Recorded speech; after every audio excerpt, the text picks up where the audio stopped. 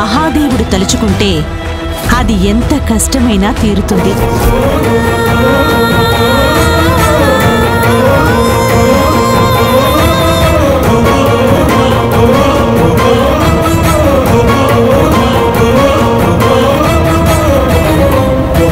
దుర్బాబు ఇక్కడికి వచ్చాడంటే నేను ఇక్కడున్నానని తెలుసుకుని నా కోసం వచ్చాడా?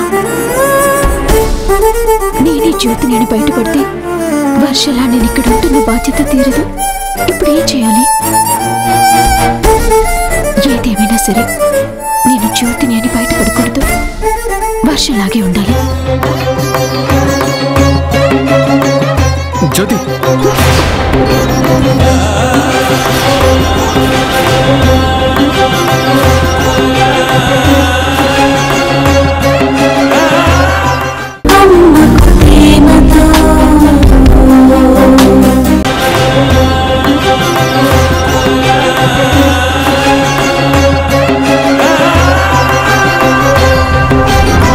ఎవరండి మీరు?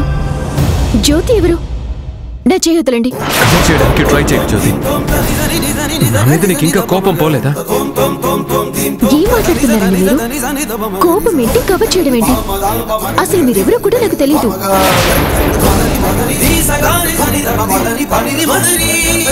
జ్యోతి తప్పు చేశాను ఒప్పుకుంటున్నాను.